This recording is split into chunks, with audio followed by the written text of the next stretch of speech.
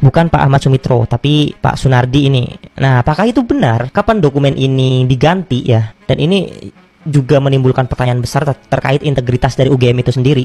Mengapa postingan ini diubah gitu ya? Ini adalah jejak digital sangat kejam. Oh ya, ini 21 Oktober 2022 tiba-tiba ada ralat redaksi. Ini sangat berkaitan dengan apa yang dikatakan oleh Pak Roy Suryo bahwa UGM itu mengubah sejarah mereka sendiri. Di sini jangan berkelit-kelit, jangan membela satu orang karena kampus ini adalah kampus rakyat, dan tunjukkan integritas ilmiah Anda, tunjukkan transparansi, dan tunjukkan keseriusan Anda dalam menangani kasus ini, wahai petinggi UGM. Ini surat terbuka buat Anda.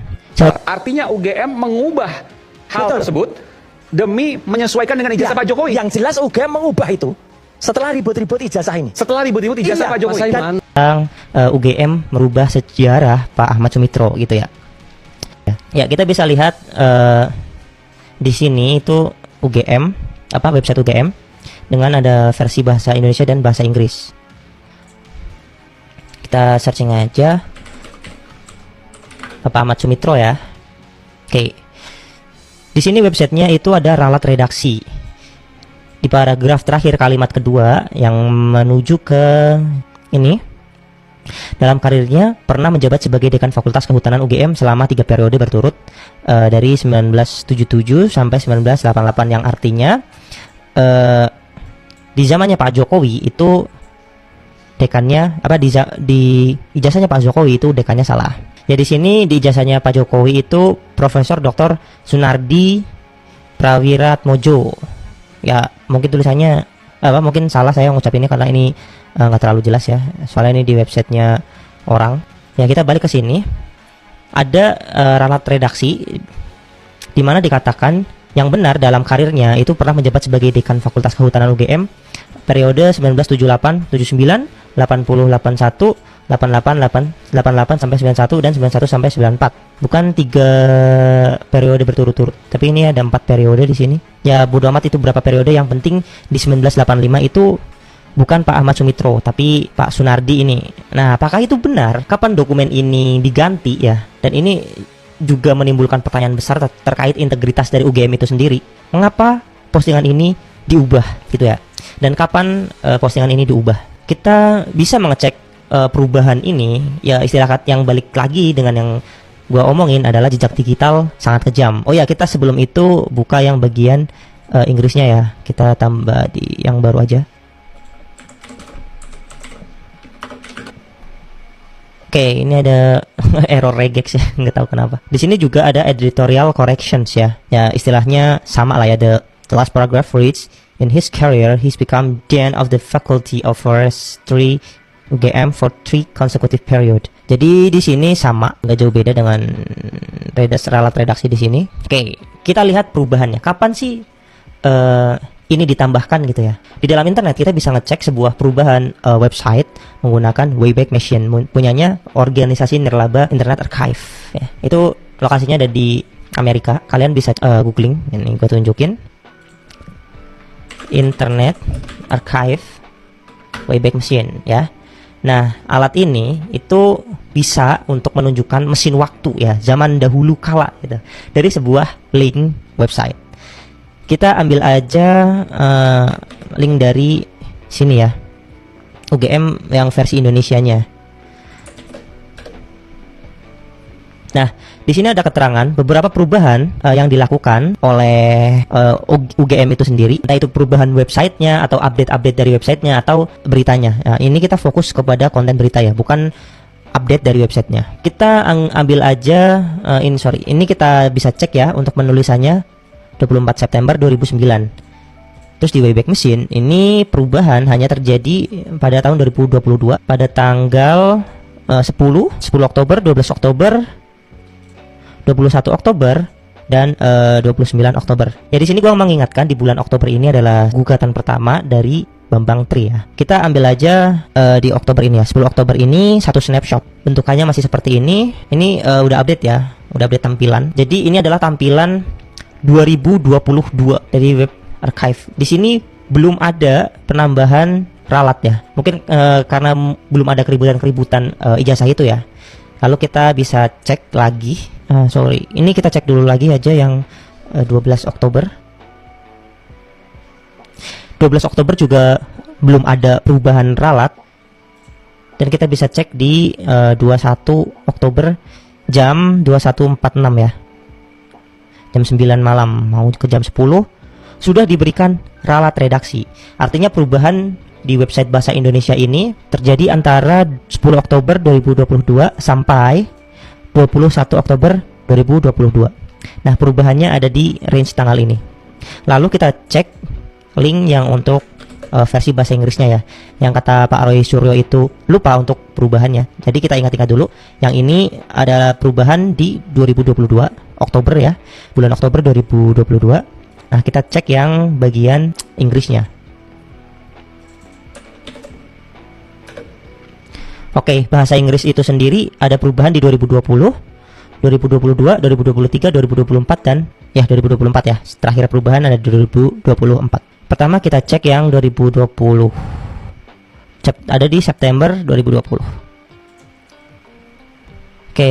Di sini banyak sekali karakter-karakter ilegal ya. Ini nggak tahu kenapa sekelas UGM jelek banget. Ya udah nggak apa-apa. Oke, 2020 masih sama ya. Terakhir WF Haji Astuti. Ini masih sama. Oke, kita lanjut ke tanggal selanjutnya. Oh ya, tadi kan ada perubahan di 2022-nya ya, yang Oktober.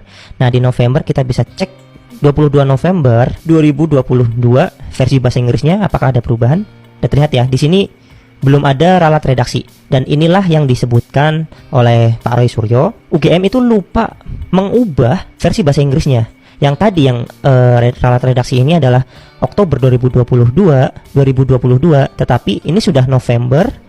Ini November 2022 di sini bisa kalian lihat di pojokan itu belum ada perubahan. Oke, kita cek lagi ya. Sebenarnya editorial corrections ini keluar tanggal berapa sih? Kita langsung meloncat ke 2024 aja. 2023. Ada di bulan Juni, kita cek lagi. Oke, di Juni 2023 pun belum ada ya. Belum ada perubahan dari konten berita ini, konten news ini. Kita geser ke ini udah masuk 21 Juni 2024 ya, dimana websitenya pun sudah update, baru dikasih editorial corrections.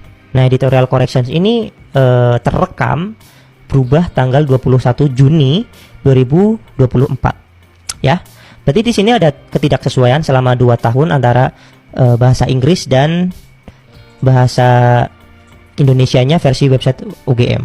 Oh ya, ini keributan ini itu keributan sebelum ini ya, ijazah yang sekarang ya. Ini keributan masih zaman Bambang Tri dan Gus Nur. Jadi di dalam ini gua ambil dari sumber Tempo. Gugatan yang dilakukan Bambang Tri Mulyono pada Oktober 2022 di PN Jakarta Pusat. Oke, ini sangat sejalan banget ya. Ini sangat sejalan banget gugatan Bambang Tri di Oktober 2022 dengan perubahan website ini, website sejarah Profesor Ahmad Sumitro ya. Ini 21 Oktober 2022 tiba-tiba ada ralat redaksi. Ini sangat berkaitan dengan apa yang dikatakan oleh Pak Roy Suryo bahwa UGM itu mengubah sejarah mereka sendiri. Di sini tentunya yang harus melakukan klarifikasi adalah pihak UGM itu. Jangan berkelit-kelit, jangan membela satu orang karena kampus ini adalah kampus rakyat, dan tunjukkan integritas ilmiah Anda, tunjukkan transparansi, dan tunjukkan keseriusan Anda dalam menangani kasus ini, wahai petinggi UGM. Ini surat terbuka buat Anda. Seharusnya di sini UGM menjadi sebuah titik terang akan kasusnya Pak Jokowi ya. Namun ternyata adanya kejanggalan-kejanggalan yang banyak banget ditemukan oleh kita ya, oleh Bapak Roy Suryo, Bapak Aris Monsanipar, Ibu Tifa dan kawan-kawannya. Di sini saya cuman ingin nge-share aja bagaimana Internet Archive atau Wayback Machine ini bisa menyimpan data-data lama yang sudah diubah-ubah ya untuk jejak digital. Ya, jejak digital memang kejam. Jejak digital memang sangatlah kejam, dan ada apa UGM merubah website ya dengan atau terkait Pak Sumitro tadi ya. Ini UGM dengan semena-mena, dengan semaunya sendiri merubah data atau merubah website atau laman website di laman resmi UGM ya. Ini kan timbul pertanyaan yang sangat besar tentunya ya. Apakah ini ada kaitannya dengan ijazah Pak Jokowi atau UGM ingin melindungi Pak Jokowi? Nah, ini pasti pertanyaan masyarakat, asumsi masyarakat pastinya seperti itu. Dan itu yang muncul di benak masyarakat setelah dulu atau baru-baru ini ya, bukan dulu, itu muncul pernyataan dari Roy Suryo bahwa Roy Suryo menemukan sebuah kejanggalan, yaitu website UGM telah dirubah ya pada tahun 2022. Ya, ini yang jadi pertanyaan. Tentunya ini menjadi sebuah opini masyarakat atau asumsi masyarakat, ini jadi tergiring juga oleh Roy Suryo ya. Pernyataan Roy Suryo ini membuat opini masyarakat ini jadi berpikir dan tanda tanya, bertanya ada apa sebenarnya UGM ini tiba-tiba merubah atau meralat ya website yang dulunya itu tentunya apakah tidak dipikirkan secara matang-matang terlebih dahulu untuk membuat laman website tersebut atau mengupload atau mengunggah sebuah pernyataan lalu diupload di laman website UGM. Nah, ini tentunya kan selevel UGM ya, selevel UGM universitas yang tentunya kita semua tahu bagaimana kualitasnya, bagaimana kita semua tahu ya. Akan tetapi kenapa bisa seperti ini ya, dan tentunya ini seperti rektor-rektornya juga kan jadi dilucuti seperti ini ya, sama topi merah itu tadi sudah menjelaskan semuanya. Selevel topi merah saja itu bisa mengungkap ya tentang kebenaran-kebenaran, tentang sebuah perubahan-perubahan, itu bisa mengungkap ya. Apalagi UGM ya, kok tiba-tiba merubah websitenya setelah kasus ijazah palsu ini mencuat. Tentunya ini jadi kita semua berpikir negatif tentang UGM ya. Kenapa bisa seperti ini selevel UGM? Itu pertanyaan yang sangat berkali-kali diucapkan oleh masyarakat tentunya ya. Karena hal ini menjadi sebuah pemberitaan atau menjadi sebuah perbincangan yang sangat serius di masyarakat. Ini bukan main-main ya. Tentunya kayak UGM apakah tidak memikirkan masyarakat ya, bagaimana membincangkan tentang hal ini. Dan UGM juga apakah tidak menjaga sebuah integritas atau marwah UGM sendiri yang tentunya dipuji-puji, disanjung-sanjung bahwa UGM ini adalah universitas yang paling terkenal dan universitas yang selalu dibangga-banggakan ya. Dari beberapa alumninya ini menjadi pejabat-pejabat negara, menjadi orang-orang penting, itu harusnya dijaga marwah ini ya. Tetapi UGM ternyata membuat sebuah hal atau seperti yang tadi ya, website dirubah ya, pernyataan-pernyataan dari rektor juga itu hanya pernyataan saja, membuat sebuah klarifikasi hanya pernyataan saja dan tidak menunjukkan sebuah bukti-buktinya ya. Jadi berkali-kali, berulang kali seperti Rektor Ova Emilia ini memberikan sebuah klarifikasi, tapi ya itu saja. Tentunya masyarakat bukannya semakin tambah yakin, akan tetapi masyarakat malah justru semakin curiga dan semakin meyakini apa yang dikatakan oleh Rektor Ova Amelia atau Rektor UGM ini. Ini sebuah hal yang untuk menutupi UGM ini, menutupi Jokowi kan gitu ya. Jadi ini hal yang sangat aneh menurut kita semua ya.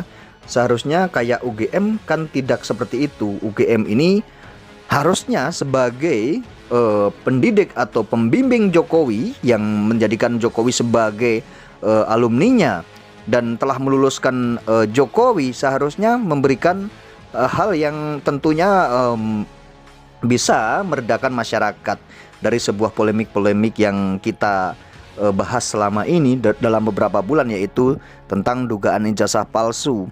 Jadi tuduhan-tuduhan terhadap UGM ya itu tentunya menjadi mencuat kalau UGM-nya atau rektornya saja itu tidak menunjukkan atau tidak menggambarkan bahwa UGM tidak berpihak ke Jokowi.